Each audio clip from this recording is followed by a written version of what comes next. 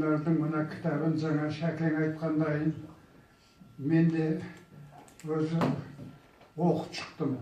Алдында Гүлнардың экономика жөнінен тағы бір кітабы шыққан. Оны да шолып өттім. Мұндағы менің басты байқағаным, Гүлнар қызымыз қаламы жүрдек, ойы сергек, мына өзінің мамандығын өте жоғары деңгейде меңгерген маман ретінде осы кітапты оқығанда сондай сезімге бөлендік.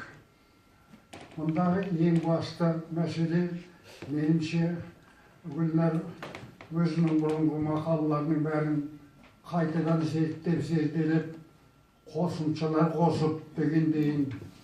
Әсіресе маған бір ұнағаны, Гүлнар мына әрбір осы кітаптың ішіндегі мемлекет қайраткерлерінің, ғылым, өнер, білім қайраткерлерінің өмірбаяндарын, оның өткен жолдарын тағы да зерделеп, оған әрқайсысын жіктеп тұрып тақырып берген екен.